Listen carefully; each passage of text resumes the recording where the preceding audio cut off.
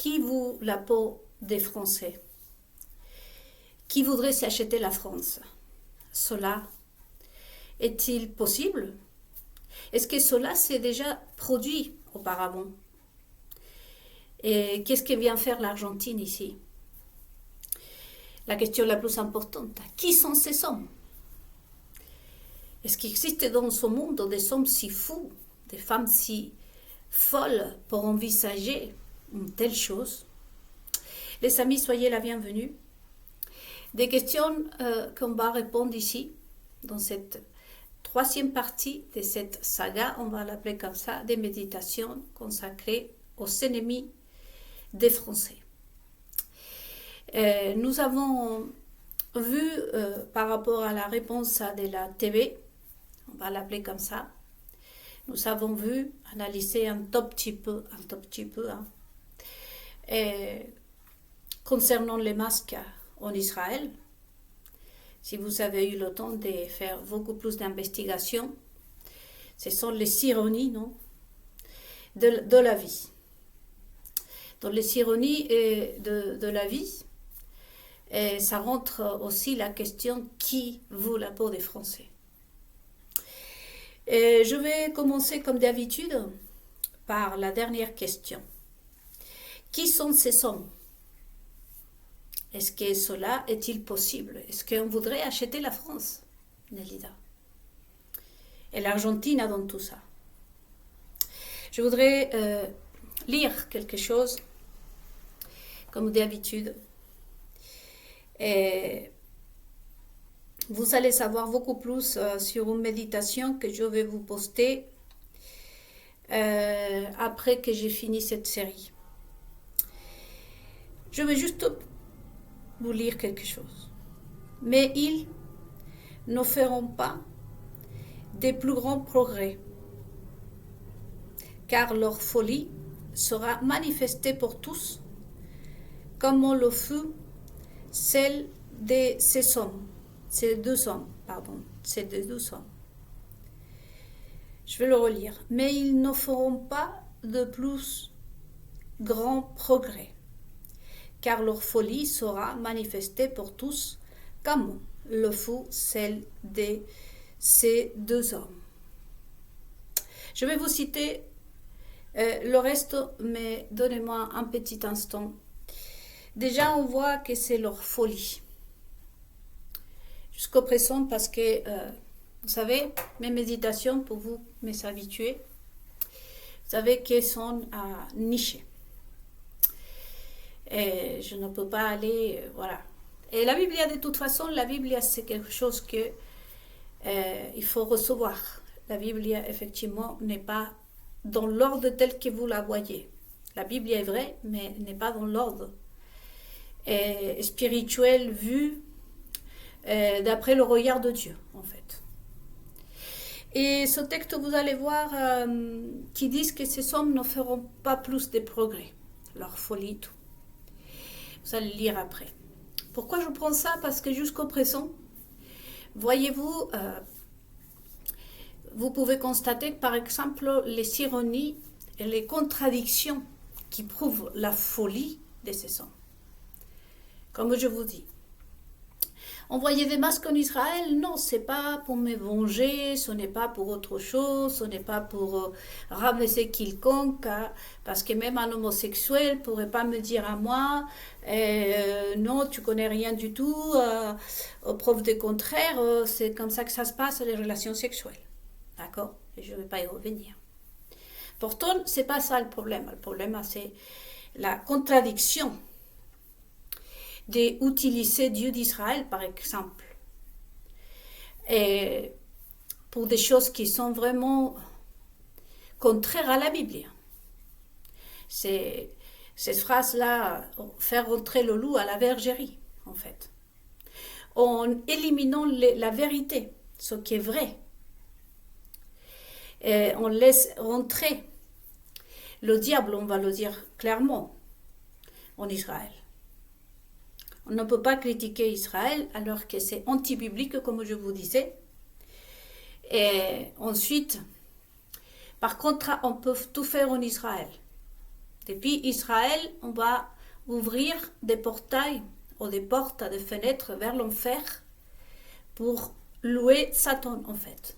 Et lui dire à ce Dieu d'Israël, rien à cirer en quelque sorte de tes commandements. Et l'action en elle-même est terrible, les amis. Terrible. Mais ça, par contre, on peut le faire. Ça, par contre, on peut le faire. Voyez-vous, c'est pour ça que j'ai commencé avec ce texte. Mais ils ne feront pas plus grand progrès. Ils ne feront pas plus grand progrès. Car l'euphorie sera manifestée pour tous. Ils ne feront pas plus de progrès. La folie est déjà manifestée pour nous tous. Rien que ça. Au niveau biblique, et au niveau aussi des contradictions de eux-mêmes, qui ont été allés jusqu'à forcer, pénaliser, poursuivre en justice et qui sont détruits des vies pour protéger, comme vous l'avez vu pendant la Covid, protéger, soi-disant les êtres humains. Là-bas, non, on fait une telle fête, avec les caractéristiques que je vous disais, que je vous ai citées, et que c'est rien d'imaginatif de ma part. Et non, par contre, ça c'est autorisé en Israël et même avec l'appui du gouvernement actuel, non? À tel point d'encadrer tout ça et faciliter, je suppose, les hôtels, etc. Et beaucoup de commerçants en Israël se préparent pour recevoir les clients, etc. Donc là, il parle de folie. On va commencer, j'ai noté ici, mes amis. Et en espagnol, c'est ami, amigo mio, mes amis. Donc, qui sont ces hommes? Qui sont ces hommes qui ont manifesté leur folie et aux yeux de tous, comme c'est le cas aujourd'hui? Bon, cela, vous pouvez le retrouver dans la deuxième lettre de Timothée, chapitre 3, 1 au 9. Le chapitre que je vous ai lu, c'est le 9, justement. Mais je vous invite à le lire vraiment et chez vous, en analysant, je vais vous approcher pour voir si je peux, oui, voilà, si vous pouvez le voir, parce que comment? Deuxième de Timothée 3, chapitre 3, verset 1 au 9. Celui que je vous ai lu, c'est le 9. Mais si vous voulez savoir qui sont ces hommes qui voudraient acheter la France, acheter un pays, et que ça a été possible, oui. Et l'Argentine est un exemple. Car l'Argentine a été achetée. Pour cela, il faut revenir en 2017, mes amis, en France. Donc, on va aller au ordre. Beaucoup d'informations, n'est-ce pas? Je vous laisse donc Timothée 3 à lire. Et nous avons commencé par le verset 9, qui c'est le verset qu'on avait besoin. Ce sont des personnes complètement folles, déjà. Ça, c'est clair. Vous avez, pour ceux qui ont vu la méditation sur la Silicon Valley, et des hommes qui sont déjà obtenus un diplôme, parce que ça commence à tout en bas, et intégrer une bonne école, passer le bac déjà, avoir la quantité des points, je crois, requis pour intégrer ou être accepté dans une bonne université. C'est déjà une grande victoire, passer son bac. Ensuite, intégrer une université, c'est vraiment une autre victoire. Ensuite, après, sortir de l'université avec aussi des bons points, on va dire, je ne sais pas comment se dit en français, et c'est aussi quelque chose d'extraordinaire. Ensuite, après, bien entendu, être sollicité par des ventes entreprises pour pouvoir développer ton métier c'est aussi une grande victoire. Et ensuite, après, gagner un bon salaire qui te permette de vivre confortablement, c'est une grande victoire. Les années passent et tu peux intégrer une entreprise au-delà de ce que tu n'avais rêvé, c'est déjà une autre victoire, les amis. Mais quand tu intègres la Silicon Valley, par exemple, ou que tu arrives au maximum du pouvoir, tu devrais néanmoins te contenter. C'est à peu près ça ce qui parle à ce texte. Quand vous allez le lire, ce texte a été écrit par Paul, mais dicté par Jésus-Christ pour nous mettre en garde à nous, aux sommes auxquels nous allions faire face, je ne sais pas si je le prononce bien, dans le futur. Pour nous dire, pour connaître les caractères et les repérer. Voyez. Chose que, comme je vous disais dans la méditation précédente, moi je l'ai fait, les amis. Moi je l'ai fait parce que, en tenant ce texte, si vous le lisez, je vous le conseille de le lire depuis le début, à vous, surtout que vous n'êtes pas chrétien, ni juif. Probablement vous les juifs aussi, je vous conseille de le lire, parce que ça aussi c'est écrit dans la Bible. Hein. Mais bon, passons. De toute façon, pour tous, c'est conseillé de le lire. Parce que normalement, ça, le pape Bergoglio, et tout Jean-Paul II, et tous les papes, et tous les rabbins auraient dû prêcher ça. Et bien évidemment qu'aujourd'hui, il n'y a pas à se poser des questions s'ils ne l'ont pas prêché. Il y a deux raisons. Soit ne savaient pas, ou soit n'ont pas voulu le faire parce qu'ils sont méchants, parce qu'ils sont adorateurs du diable. Toujours est-il que nous, en tant que peuple, on sait que cela n'a pas été dit. Et surtout moi, je le confirme. Et ce texte-là, c'était très important pour la vie, surtout les juifs. Parce que les chrétiens, le premier devoir d'un chrétien, la chrétienté, comme vous dites, est née surtout, Jésus-Christ est venu au monde surtout pour le peuple juif. Et c'est le peuple juif le plus concerné dans cette histoire. Je vous disais que l'État d'Israël, ce n'est pas un État assis sur les commandements de Dieu d'Israël. C'est un État assis sur les commandements de Rome, de l'empereur qui a succédé Pilate de Rome. D'ailleurs, Pilate, c'est le fondateur, si vous voulez, du nouveau État d'Israël qui est actuellement aujourd'hui. Si je prends l'État d'Israël, c'est-à-dire que je l'ai déjà fait, en étant jeune, celui qui était au pouvoir à l'époque, c'était M. Bennett, un premier ministre qui s'appelait Bennett. Je me suis aperçu tout de suite que cet État, c'était catholique, n'était pas juif. Donc il y a une grande contradiction. Après, bien évidemment, M. Netanyahou, M. Herzog, peu importe qui c'est qui sont derrière Israël, peuvent venir me dire, il va falloir me prouver bibliquement que vous n'êtes pas un État catholique, parce que pour moi, vous l'êtes. La fondation d'Israël n'est pas le judaïsme. Ça, c'est juste pour faire diversion, comme on dit. Mais si on crosse, j'ai toujours dit, vous êtes beaucoup plus catholique que les catholiques eux-mêmes. Déjà, rien que permettre la gay pride, dites-moi. Sachant que quand Dieu d'Israël dit non, c'est non. Il n'y a pas à les tordre la main à un roi. Passons.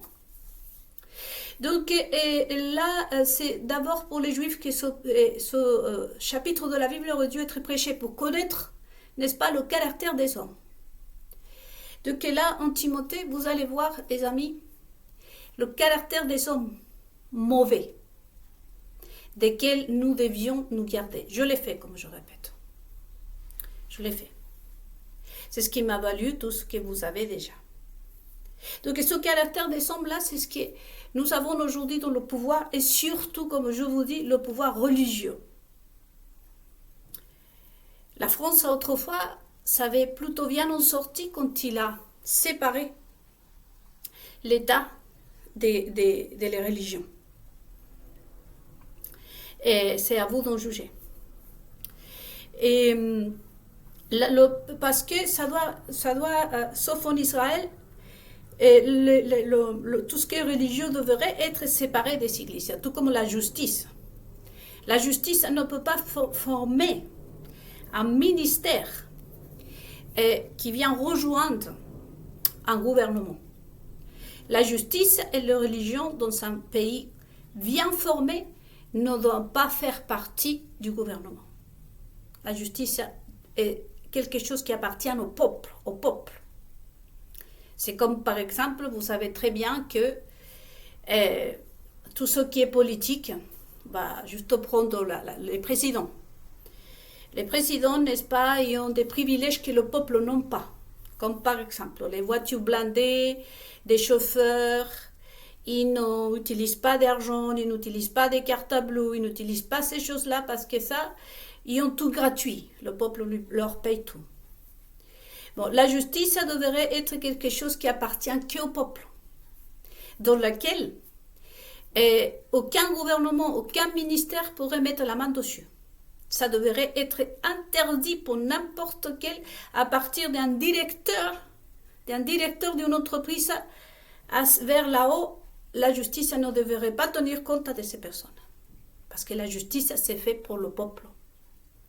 Pour le peuple. Ça, déjà, ne devrait jamais appartenir au gouvernement. Le gouvernement ne devrait même pas mettre la main ni régulariser la justice à quiconque parce que ça, c'est le devoir du peuple. Ça appartient au peuple. C'est comme, je ne sais pas, une rue.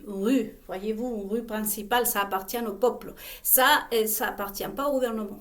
La justice, c'est quelque chose qui devrait, comme je le répète, ne pas appartenir au ministère du gouvernement. Ça ne devrait pas être un ministère. C'est le peuple qui devrait contrôler et pas représenté par quelques-uns. Mais bon, passons, je ne vais pas tout dire. D'égale manière, c'est aussi la religion. Et aujourd'hui, on voit que même en France, le couple d'inceste que vous savez, des pédophiles, se promènent de partout, reçus par le pape, et personne ne se soucie. Tout le monde voit ça comme normal. Voyez. Là, encore une fois, d'après la réponse des BFM TV, les télévisions, non. Si les débiles adorent ça, il y a 1 million de personnes en train de regarder comment le couple d'inceste de pédophiles, le patron d'Epstein est reçu à Rome. Eh bien, ils vont continuer si ça rapporte de l'argent, comme l'a dit Tiffen Grossière dans l'émission de celui qui boit du pipi pour garder son poste. Voyez, et là, encore une fois, je fais comme un sophrologue.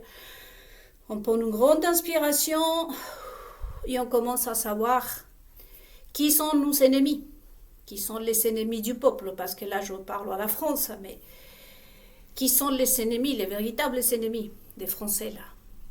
Ça serait peut-être vous-même qui cautionnez tout ça. Ça serait peut-être vous-même, comme disait un youtubeur, qui vous allez derrière ces personnes-là, comme on vient de me répondre la télévision, à me dire, s'ils sont débiles, ils aiment les choses débiles. Eh bien, on donne des choses débiles parce que nous, on a besoin de vendre. Et quand on propose un sujet intéressant, du respect, tout ça, ça intéresse personne, tout le monde... Hein? Ici, il n'y a pas que des ennemis qu'on a vis-à-vis du pouvoir, les amis. Parce que si ces ennemis sont là, c'est parce qu'il y a bien des gens qui les ont placés là. Donc là, dans les ennemis, les contradictions, tout ça, les ironies de la vie, voyez, il y a aussi ça. La chanson de Johnny Hallyday, comme je vous disais. Le monde, c'est une instabilité émotionnelle. Et les gens agissent à soutenir, comme je vous disais dans la méditation précédente, les gens par vengeance. Le racisme de laquelle moi aussi j'étais victime, il faut que je vous raconte aussi, que j'étais victime du racisme au Chili. Nous aussi, on ne pouvait pas utiliser les toilettes ni la fourchette de nos patrons. Je vous raconterai un jour ça. Bon, et tout ça donne les instabilités, voyez-vous, émotionnelles qu'on a parlé de caméléon. le fait de ne pas avoir une stabilité psychologique et être constamment déstabilisé par les situations, surtout par les mots qu'on entend, c'est ce qui nous amène parfois à devenir collaborateurs du mal. Beaucoup de gens le font par jalousie, par frustration. Comme je vous disais, tous ceux qui sont racisme, justement, discrimination, tous ceux qui sont les personnes qui ont séparé. D'ailleurs, ici, dans ces chapitres de la Bible, vous allez voir le caractère de ces hommes qui se sont formés. C'est suite à un désir de vengeance, à des frustrations, parce qu'ils n'ont pas la capacité de gérer ces émotions, de faire la part des choses. Ce sont des personnes qui n'ont pas de principe, parce que le principe des principes, la fondation d'un être humain, c'est que tu as des principes et tu ne négocies pas tes principes, comme je vous disais. Donc, il y a tellement de choses qui rentrent à que finalement, aujourd'hui, on se retrouve dans un monde dans lequel on essaye de savoir où on est. Et on revient avec tout ça, parce que je note un peu, à l'Argentine maintenant. Est-il possible, et donc on sait déjà qui sont ces hommes et ces femmes, on les retrouve, les caractères, on les retrouve en Timothée 3. Et qui vaut la peau des Français? Ce sont ces hommes, justement. Mais en même temps, et une partie du peuple au même. Là, on peut le voir, comme je vous disais, dans la collaboration. Ces propos français que nous ne savons pas, je parle les Français, gérer ces émotions, justement. Que, comme on disait, ces personnes-là, un sujet important, savoir vraiment, quand tu as un doute dans ton cœur, aller pour que quelqu'un d'autre te dise si ton doute, par exemple, on vous sert un verre, vous le prenez et vous dites, j'ai l'impression que ce verre, c'est pas bon. Mais vous avez besoin de que quelqu'un d'autre vienne de vous rassurer, vous dise, tu as raison, ce verre est pas bon, pour pouvoir prendre une décision. C'est ça, l'instabilité et vraiment fragilité. Comme on en parlait aussi dans d'autres méditations, les faiblesses. Vous savez qu'il y a des gens qui sont spécialistes, et justement ces hommes-là, et des femmes sont spécialistes en repérer les faiblesses des hommes et des femmes pour la taper et profiter pour que vous deviendrez aussi un caméléon. Bien évidemment que la première chose, c'est l'argent. Et là, on devient des ennemis de nous-mêmes. Parce qu'aujourd'hui, on arrive à un moment où, par exemple, si je prends juste le peuple français, les ouvertures d'esprit, la tolérance, et le fait de ne pas creuser au-delà de la profondeur de toutes les propositions qu'on a fait à ce pays. Ainsi, c'est la même chose qui s'est passé avec l'Argentine, comme je vous dis. Ainsi que les chrétiens qui vont dans une église pour que le pasteur les bénisse, comme je vous disais, qui croient au pasteur, qui eux ne veulent pas se sacrifier, qui eux ne veulent pas se confronter à se dire mais pourquoi je ressens autant de haine? Pourquoi est-ce que je n'exprime pas à ma femme ce que je ressens ou à mon mari? Pourquoi est-ce qu'au lieu de creuser, de chercher à l'intérieur de soi, on va derrière des autres, comme l'a dit Jésus-Christ? À ce moment-là, on devient un caméléon, un collaborateur du mal. Donc là, vous pouvez petit à petit obtenir la réponse à qui sont finalement les ennemis, rien que du peuple français. Mais cette méditation, c'est pour tous. Qui sont les véritables ennemis d'Israël? Je pose cette question aux dirigeants d'Israël. Vous pensez que c'est vraiment le peuple français ou un YouTuber ou quelqu'un qui vous dit que les Juifs sont je ne sais pas quoi? Qui sont les véritables ennemis d'Israël? Parce que cette méditation n'est pas que pour les Français. Avec la conduite, voyez-vous, la instabilité émotionnelle. On vous emmène pas simplement à vous rendre ridicule, à vendre vos principes, vos valeurs, comme la chanson de j'en ai l'idée. D'une part, vous voulez quelque chose, vous voulez l'amour, mais vous le fouillez. D'une part, vous voulez la lumière, mais vous la voulez la nuit. Les choses ne fonctionnent pas comme ça. Qui sont les véritables ennemis d'Israël aujourd'hui? Quand on voit négocier ces principes pour un peu d'argent, que ce soit à travers la gay pride, que ce soit d'aller se rabaisser, d'aller faire la moche auprès des églises, se rabaisser derrière une femme, et causer une guerre et faire autant de choses. Vous ne pensez pas que ça, c'est vraiment faire des ennemis? Être les ennemis d'Israël? Est-ce qu'Israël a besoin d'autres ennemis? Comme je vous disais, à travers de M. Bennett, le Premier ministre, j'ai tout de suite compris et ouvert ma Bible et dit, bon, Israël, pour moi, vraiment, j'ai toujours pleuré comme ma grand-mère on a pleuré, sur les traces d'Israël, parce qu'Israël lui-même n'existe toujours pas. Et comme ce Dieu d'Israël voudrait qu'il existe, comme devrait exister. Mais qui les a rendus? Qui sont les véritables ennemis d'Israël? Qui sont les véritables ennemis de France, les Français? Parce que, comme je vous disais, à moi, si BFM TV me dit, écoute, sois là parce que je vais te montrer mon zizi, et je dirais déjà, tu ne parles plus, et puis non, je ne serai pas là. Mais si tu veux me raconter, d'ailleurs, l'histoire de comment les oiseaux protègent les oisillons et comment les oiseaux arrivent à dormir. Est-ce que les oiseaux dorment ou pas? Je serai là. Je vais être là. Je me forçais même d'être là. Donc, qui sont les véritables ennemis, les nôtres aujourd'hui? Jésus-Christ le disait. C'est pour ça que Jésus-Christ, à Jésus, on l'a haïssé. Parce que les premiers coupables, c'est nous-mêmes. Regardez aujourd'hui le ridicule devant le monde entier qui sont faits les dirigeants d'Israël. Ils pensaient pour autant, comme le dit ce chapitre de Timothée, qu'il ne restait aucun être humain sur terre qui pouvait leur dire « Vous êtes ridicule, ignoble, et vous ne valez pas la peine ». Et c'était rien que de penser ça, voyez-vous, comme vous pensez que personne ne vous regarde, que vous êtes vraiment le centre du monde. C'est là qu'il y a un grand danger.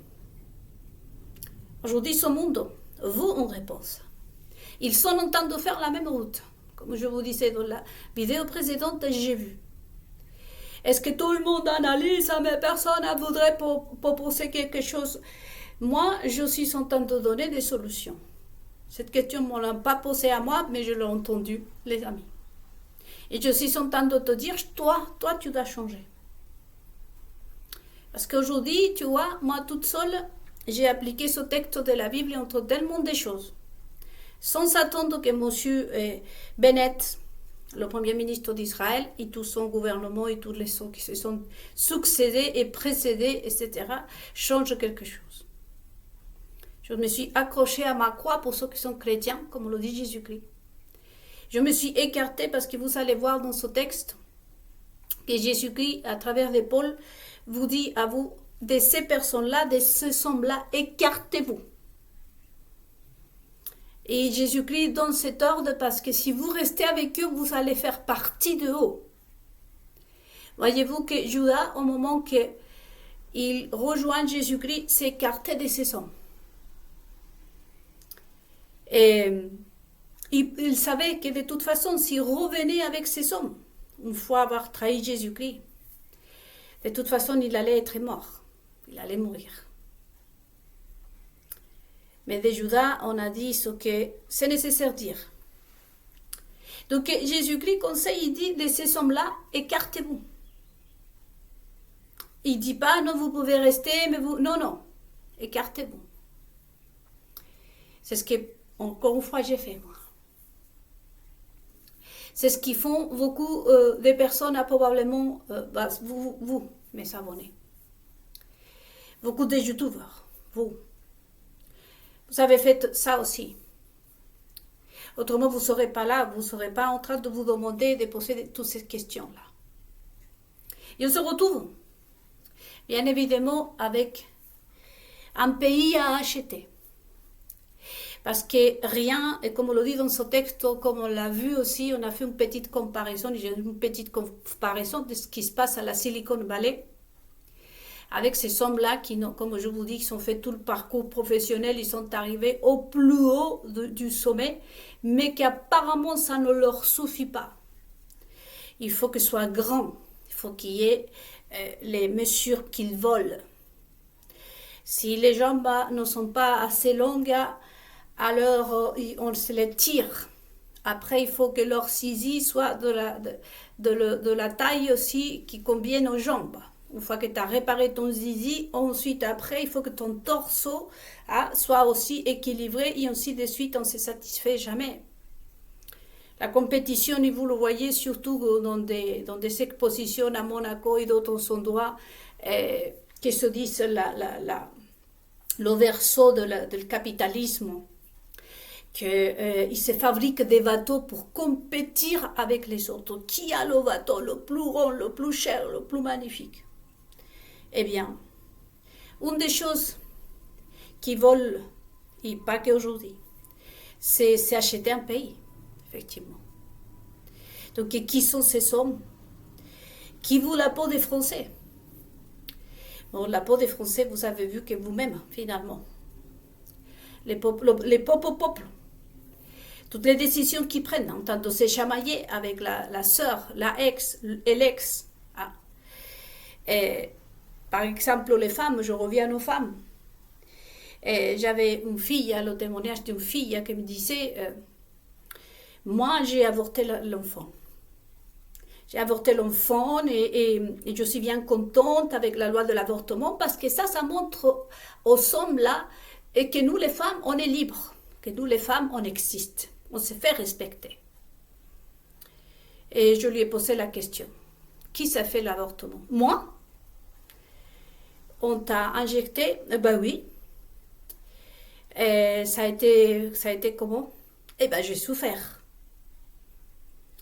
Et aujourd'hui, bah, c'est vrai que j'étais pas bien parce que vraiment, on m'a mise dans la salle d'opération. Il y avait une autre qui avait pris, je pense qu'on lui a donné une pilule et que ça a failli passer parce qu'elle a perdu trop de sang. Les séquelles sont énormes chez la femme suite à des avortements. C'est pas le mec, hein. C'est pas l'homme. Et je lui ai dit, ton petit copain, il est parti, là, il s'est marié avec une autre, il a 2 enfants. Et toi? Bah, moi encore, je peux pas tomber enceinte. C'est ça, te faire respecter par ton mec? Moi, se faire respecter par son mec, ça serait que lui, je le fais tomber enceinte, c'est lui qui se va faire avorter, c'est lui qui suit les conséquences, c'est lui. Là, je dirais, et moi, je suis féministe, le mec, je le fais payer pour ce qu'il a fait. Moi, si je devais punir un mec, et je vous le dis, les amis, pour vous, que vous êtes mes amis hommes, comment je le ferais? C'est que moi, j'accouche le gosse et je dis, maintenant, tu t'occupes de ton enfant. Parce que vous pensez que le féminisme, je tombe enceinte, je suis la jeune fille qui tombe enceinte, en plus, les angoisses, le tout, un bébé qui cause des vomissements, qui cause plein de choses, en plus on me le sort, on me pique, on me met la main dedans, on me tertipe à l'utérus, on m'ouvre par ça, et moi je sors et je sors mal, et c'est ça la façon de lui montrer à un homme, hein, que moi, ma valeur, le respect. Voyez, et ça, c'est quand on est poussé par la jalousie, par la frustration. Parce que beaucoup de femmes agissent par la jalousie de l'homme. Le pire calvaire, par la plupart des hommes, vous le savez, qu'on s'est fait de mauvaises manières. De toute façon, le plus difficile pour un homme, vous savez ce que c'est? Élever un enfant. Justement. Et pour ceux qui sont des vrais hommes, c'est aussi chérir sa femme, à part d'élever les enfants. Là, je pense qu'on gâte les hommes. Mais pourquoi on ne pense pas? Parce que ces femmes-là ne voient pas la douleur, les conséquences, tout ce qu'ils font. Ce qu'ils voient juste, c'est la vengeance, selon elle. Libérer à l'homme, il le laissait partir en disant, bon, tu n'es pas coupable parce que je me mets à la place de l'homme maintenant. Je suis un homme, un jeune garçon, je sais pas, j'ai envie de sexe, je couche avec la fille comme aujourd'hui, hein. Pas besoin de payer des hôtels, pas besoin de me pomponner, pas besoin de faire des efforts. Il suffit juste d'approcher une fille et je la ramène, enfin je lui dis, tu peux me ramener chez toi. La fille va virer sa mère de son lit, va coucher avec moi, si je serais un homme, non. Et je pourrais lui faire tout ce qu'elle veut pour le plaisir, et le lendemain, je m'en vais. Si elle m'appelle, il me dit, écoute, je suis enceinte de toi, moi, ma réponse, je vais lui dire, eh ben, t'avortes l'enfant. Elle va aller avorter l'enfant, va se prendre la pilule, la souffrance, la prise de conscience et tellement d'autres choses. Et je vais lui dire, eh ben, t'es une femme libre, mais en fin de compte, c'est moi. Tu vas libérer de toute responsabilité à moi. Parce que c'est toi qui as avorté l'enfant, tu sais, c'est pas moi, c'est toi. Je me suis bien éclatée avec toi. Je t'ai traité comme moins qu'à rien parce que je couchais avec toi pour te faire plaisir. Tu t'as enlevé les affaires juste pour me dire je veux que le plaisir. Et ensuite après, tu m'as libéré de toute culpabilité. Parce que c'est toi qui as pris la décision. Une chose que je te propose que tu avortes, autre chose que tu ailles le faire. C'est toi qui as pris ta décision. En plus, tu l'as déclaré avec ta bouche. Tu as dit, moi, j'étais allée avorter l'enfant. Donc moi, en tant qu'homme, qu'est-ce qui va se passer avec moi? C'est que je vais être contente, tranquille, dire ouf, libérée de ma vie. La nana, c'est elle qui a avorté, c'est elle qui s'est pris toute la douleur, les trucs là, c'est elle qui a avorté le gosse. Moi, je me libère, je suis pas coupable devant Dieu, devant l'univers, c'est pas moi, hein, c'est pas moi qui étais allée avorter l'enfant là. Donc ici, pour ces femmes-là, je respecte. Hein. Je n'ai jamais été contre l'avortement, hein. Enfin, contre les femmes qui défendent l'avortement. Je ne leur disais pas, allez-y, mais je n'étais pas là pour les contredire. Et je vous dis, mon but, ce n'est pas de vous contredire si vous êtes une femme, que vous êtes pour l'avortement. Mais je veux dire que moi, en tant que femme, si je devais punir un garçon, je leur ai collé si ce n'est que 3 gosses, pour qu'il les élève. Ah. Donc, voyez-vous que les émotions nous trahissent. À quel point aujourd'hui, nous avons ces hommes qui sont pris de la puissance.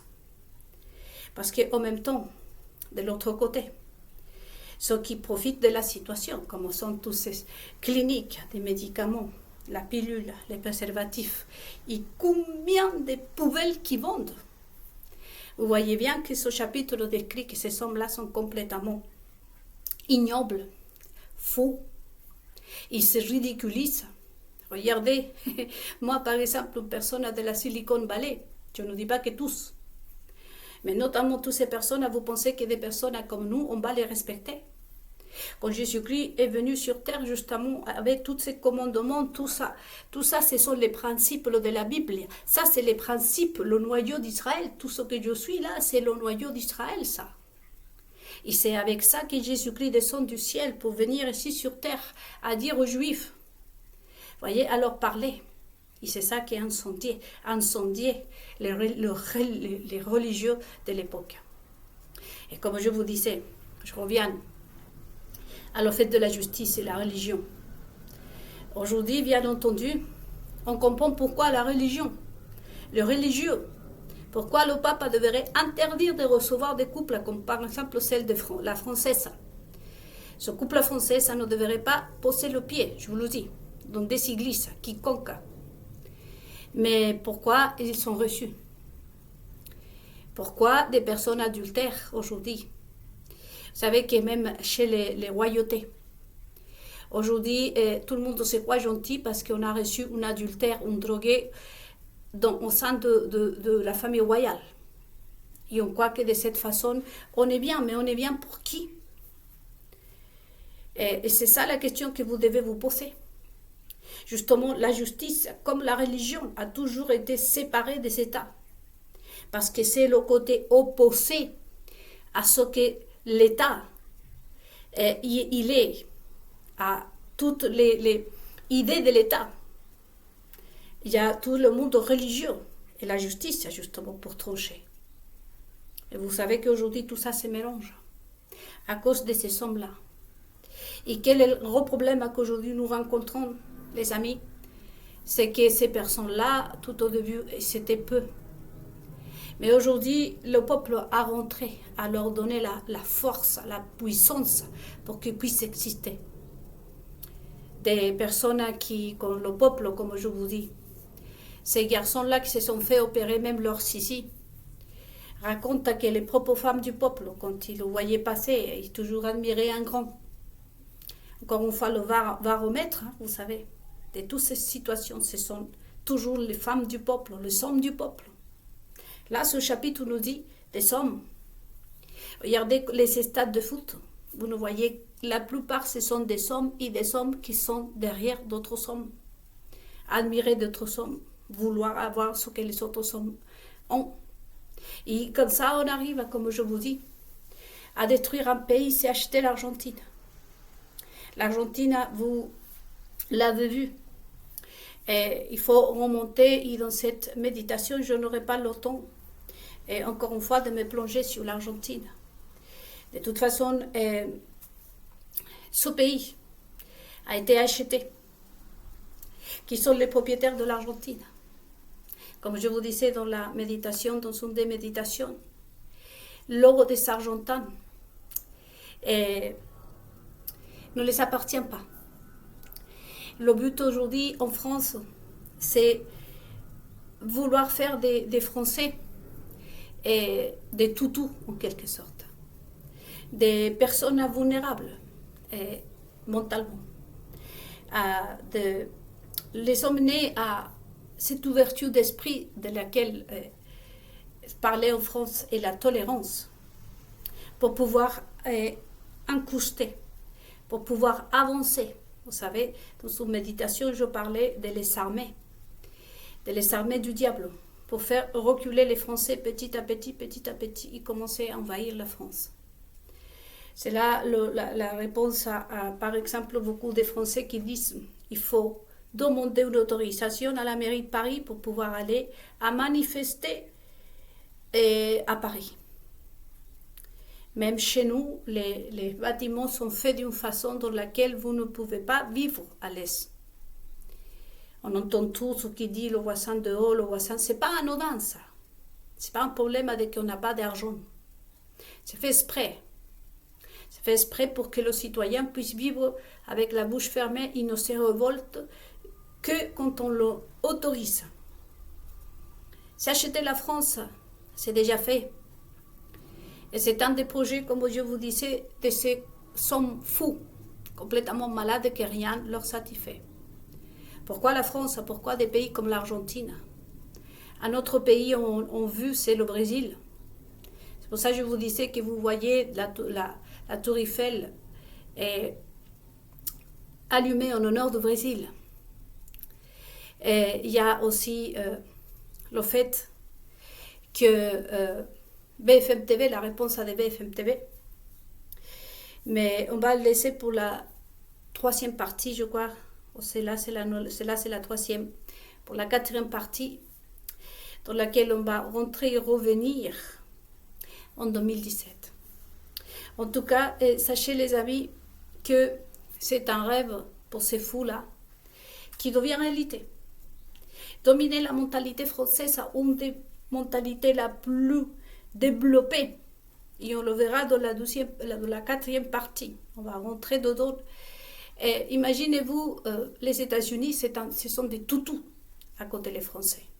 Il faut savoir que chaque Américain est armé, les amis. Il n'y a pas un peuple, comme je vous disais, plus soumis dans la soumission que le peuple des États-Unis. On était en armée. Leurs gouvernants font ce qu'ils veulent d'eux. Les Français, ce sont des personnes fortes. Vous avez vu qu'il a fallu les mutiler. Et même comme ça, c'est pas dit qu'ils sont calmés. Parce que le but ici, qui pourrait s'acheter ce pays? Il y a une compétition quelque part en disant, on s'achetait l'Argentine. L'Argentine, comme je vous dis, devient un symbole. Ce n'est pas anodin qu'en 2017, comme je vous répète, votre président se retrouvait justement en Argentine. Il y a un rapport aussi avec moi, avec ma vie. Donc, toutes ces questions avec lesquelles on commençait. Qui veut la peau des Français? Qui voudrait s'acheter la France? Cela est-il possible? Bien sûr que oui. Mais qui sont ces hommes? Là, vous les avez vus. Et sur le chapitre. Des questions. Dans la deuxième partie, on va parler déjà de l'Argentine, que vous savez déjà que c'est un symbole. Donc, j'arrête cette vidéo ici. Je vous retrouve dans la quatrième partie.